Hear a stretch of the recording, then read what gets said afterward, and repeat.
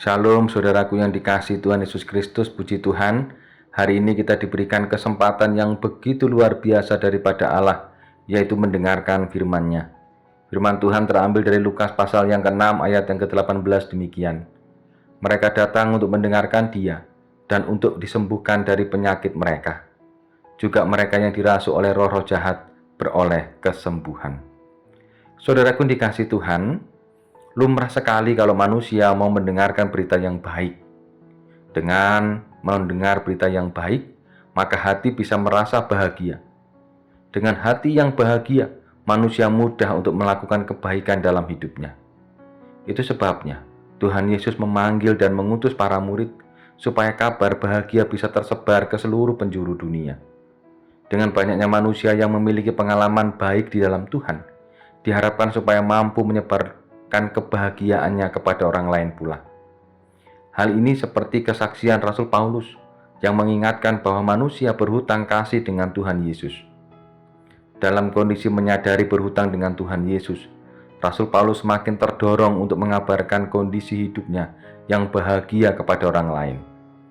Hutang itu justru mendorong untuk terus mewartakan kebaikan Tuhan yang sudah menolong hidupnya. Kisah Rasul Paulus memperlihatkan bahwa untuk memberitakan kebaikan Tuhan seharusnya dimulai dengan melihat hidup manusia itu sendiri. Dengan mengabarkan apa yang menjadi pengalaman hidup pribadinya, manusia mengabarkan apa yang sudah jelas-jelas dialaminya. Kisah hidup yang nyata seperti ini akan lebih mudah untuk diterima oleh orang lain. Karena dalam cerita yang demikian akan menceritakan apa yang sesungguhnya. Kalau orang lain ingin mengabarkan kebahagiaan, maka sebaiknya dirinya pun mengalami kebahagiaan itu dengan memiliki hubungan yang membahagiakan dengan Tuhan. Dalam hubungan yang membahagiakan dengan Tuhan, orang tidak akan menyombongkan pengalamannya sendiri dan justru akan lebih banyak menceritakan keluhuran Tuhan yang sudah menolong hidupnya. Banyaknya orang yang ingin menerima kabar bahagia dapat dilihat dari banyaknya orang yang selalu mengikuti Tuhan Yesus kemanapun pergi. Marilah saudaraku yang dikasihi Tuhan, Tuhan menginginkan banyak orang mendengar berita keselamatan.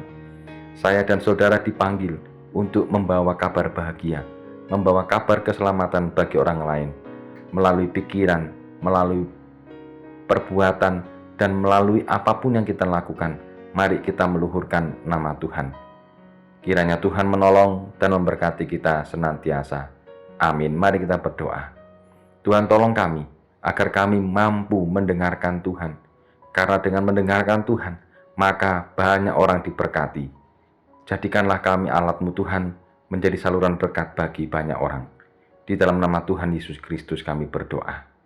Amin.